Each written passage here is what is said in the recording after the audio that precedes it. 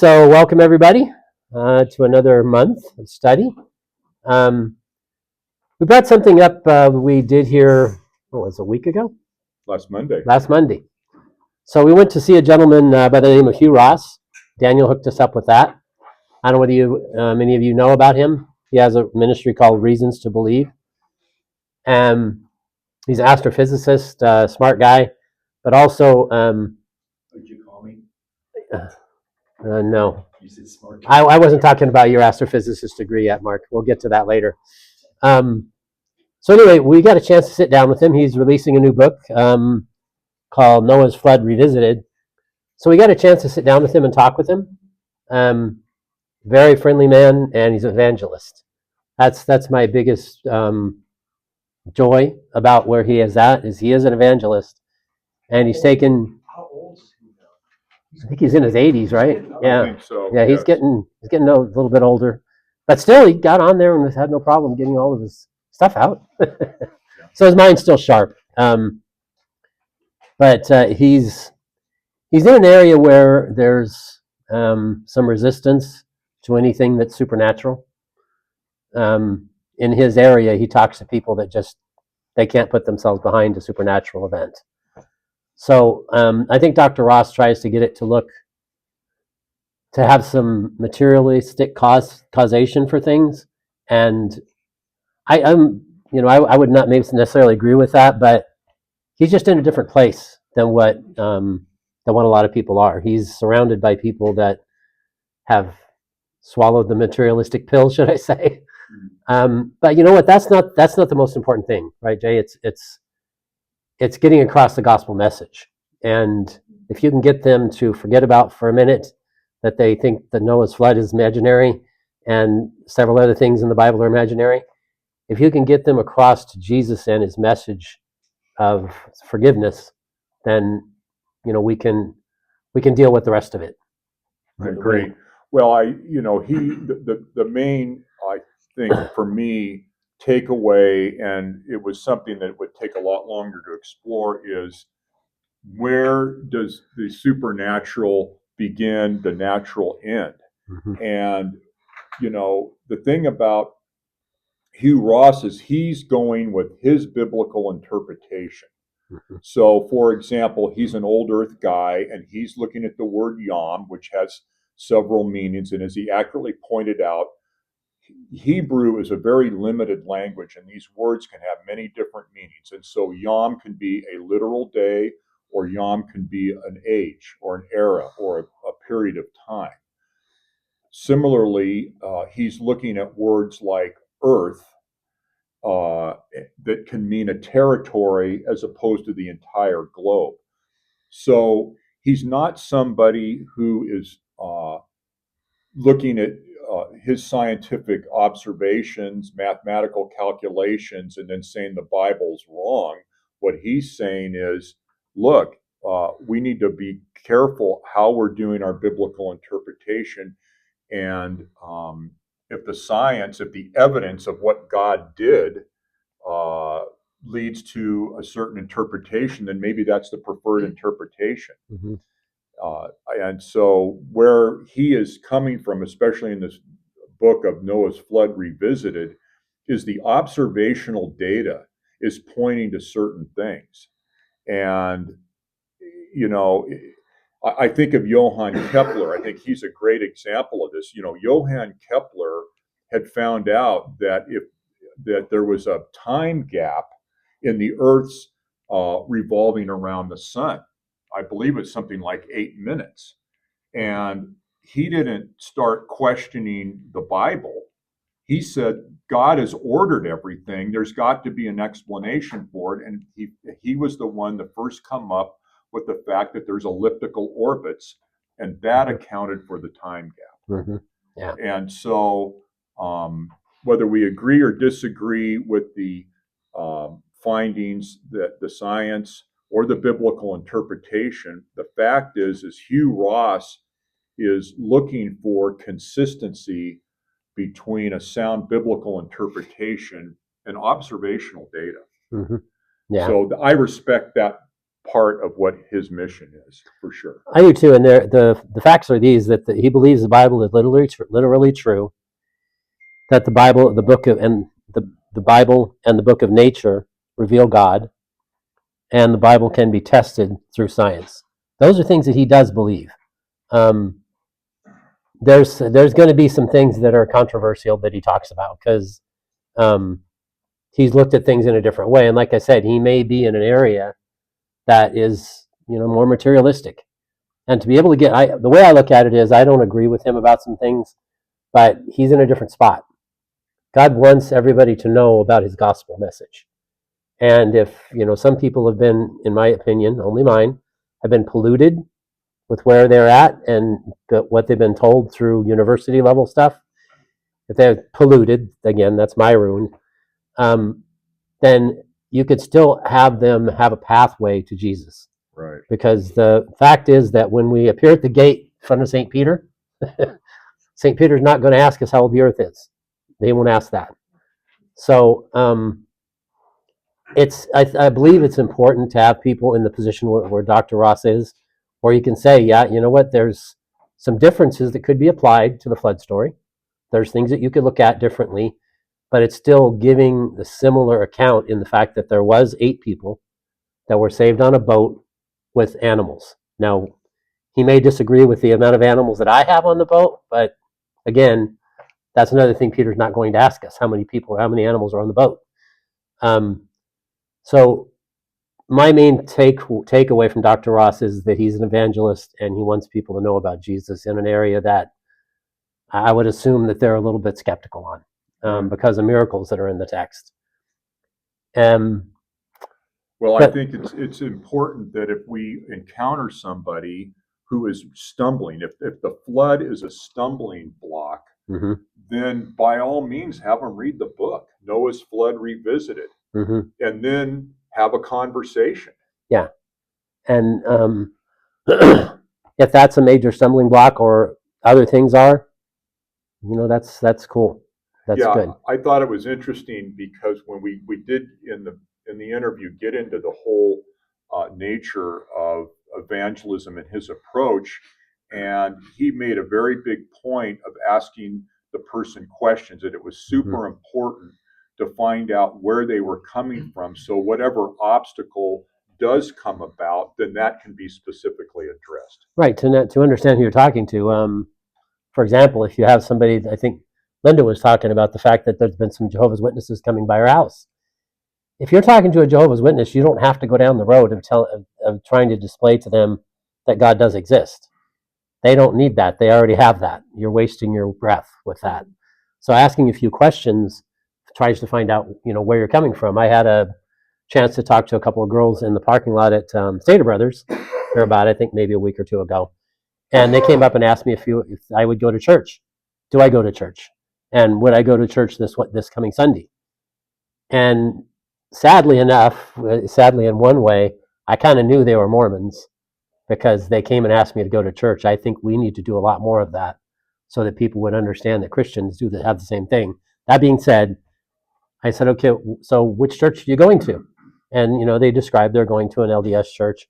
But I had a chance to talk with them a little bit. And finding out where they're at, you kind of go back and my wife was trying to call me and I didn't answer because my brain was trying to remember what I was talking about with the Mormons just the week before. That's how good my brain is that I kind of gather it again. But I kind of kept the conversation going until I could get some of the things that we talked about.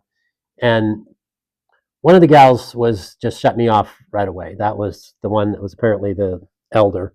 She tuned me out immediately. But the other one was listening. I asked a couple questions about, whether Jesus was an eternal being. And they said, well, yeah, he is. And I said, well, I don't think that's what your book says. It says he was born at some point. So but they were talking about it, and I tried to keep it real, keep it gentle, keep it positive. And I told them, I said, this is great that you're going out and doing this. Asking people to go to church. It's great that you're doing that. That's a great job. I thought in my head, you should be doing it for the right guy, but I didn't say that. But anyway, it's just a chance where, when you get a chance to talk to somebody to figure out where they're at, ask questions first, like Dr. Ross had said. So in that way, I'm on Dr. Ross's side. I'm glad that the gospel is getting out. As far as the differences go, in one particular place, let me just explain where I would say probably disagree with Mr. Ross about something. He was pretty limited on the fact that the flood could have happened at 6,000 BC. I personally think that saying that absolutely it can't happen, which is kind of what he was getting across by materialistic means, and maybe that's true. But the way I look at it is God could do it if that's what he wants to do. One of the things that I've noticed recently is within the last, I think, 2 or 3 years, they found out that there's large amounts of water underneath the earth. 3 times more water under the earth than there is above it, on top of the earth, in the oceans, so I should say. And I mentioned that, but he said if that was actually the water that the flood needed, then to get that water to the surface, it would have killed everybody on the earth. Again, I personally think that God can do what he wants to do. And if those types of tectonic plate movement that would have caused, if that's going to cause, disturbances in the ocean, I get it, but I also remember that Jesus was in the boat when the storm came, and Jesus calmed the storm with a voice. So I don't see a problem with it when you include what God can do. It's Isaiah 55, 8 and 9. It says that my ways are not your ways, my thoughts are not your thoughts. And those things are things that God can do what he wants to do. If it turns out that, like I said, the materialistic way of getting somebody to go to Jesus is great. I would disagree about the flood part, and I'm also a young earther. But when I talk to somebody, when the atheists used to come to the booth, that's not what I'm going to start with. I'm not going to tell them, how old do you think the earth is? I'm not going to go there because it's not the point. If they ask me about it, I'll tell them how I believe and why I believe what I believe, but it's something to get past. Right. So I think in that way, Dr. Ross has got a spot, and it's a good spot for him to be in. Right, because we're just getting things whether you agree with carbon-14 or not, and I know that's can be suspect, but when they've now apparently looked at the migration from Tower of Babel, and these it's food, it's charred food that they've carbon-14. They can see the migration that came out from Genesis 11, and with carbon-14 data, it's plus or minus 45,000 years ago. So that would mean based on that data, the flood in the Bible, the flood would have to be earlier than that. And then the other thing is of these ice cores, again, these are both recent scientific findings where they've now analyzed ice cores. And so, the issue that is going to come up for the apologist is they're going to hear potentially people, just lay people, are going to hear about things like that. Mm-hmm. And they're going to want to know about stuff like this. Right. And so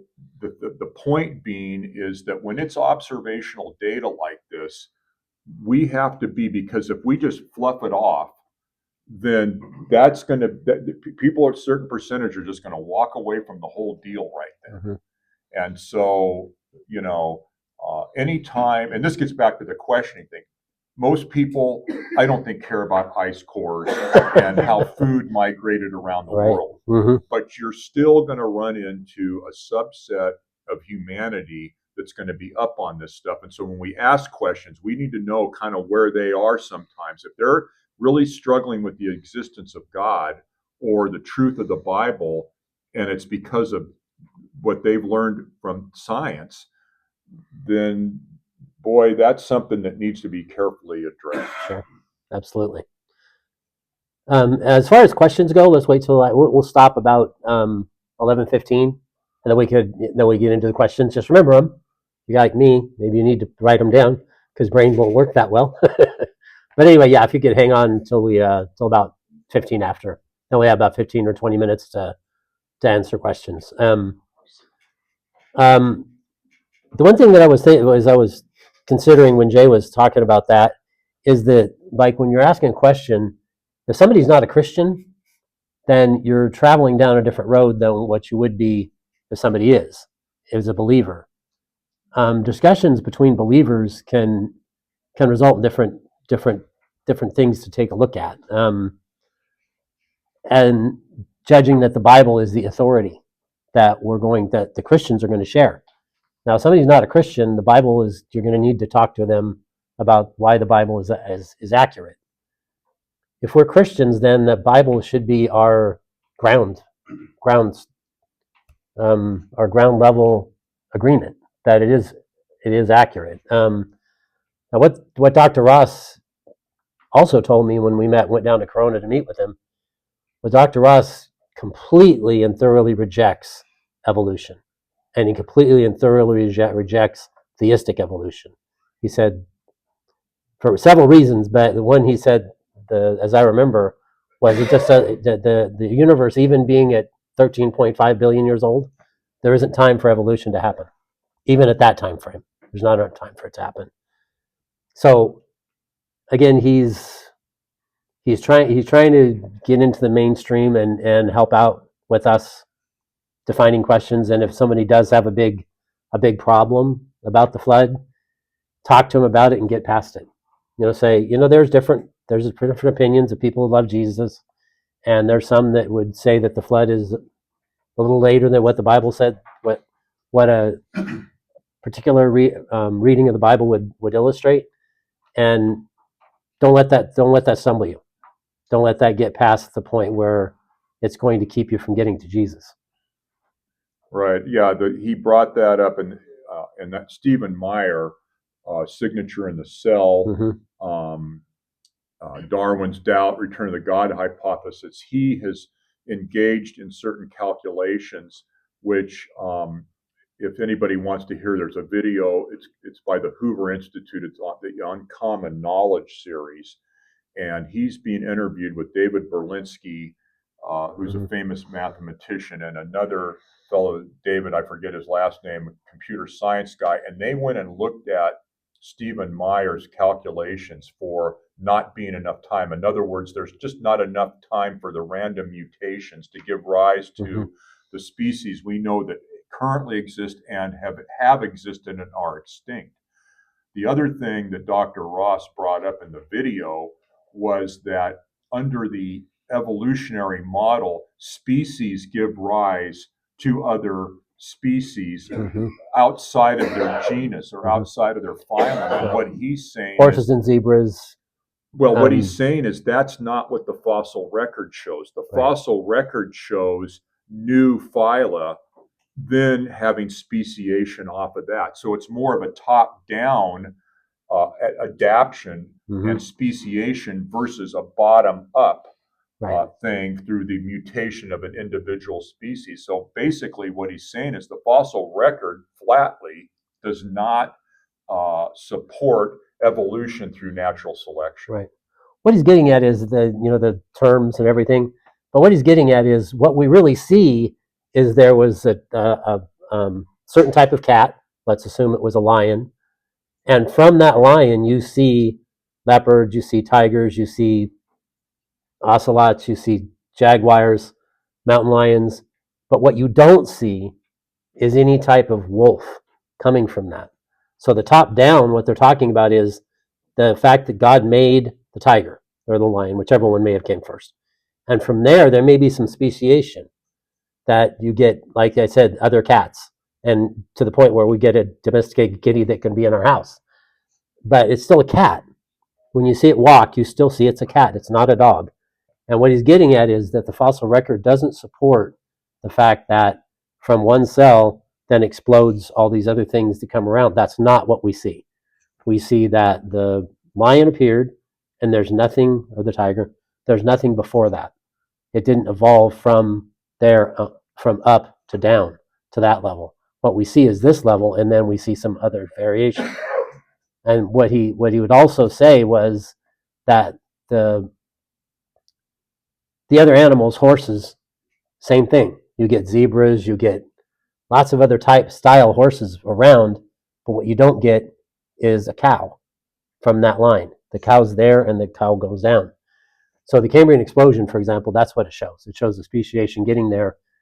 That the main thing that everything evolved from is there, or I shouldn't say evolved, but descended from. That's there, but the idea of the rest of it isn't. And Stephen Meyer talks about it.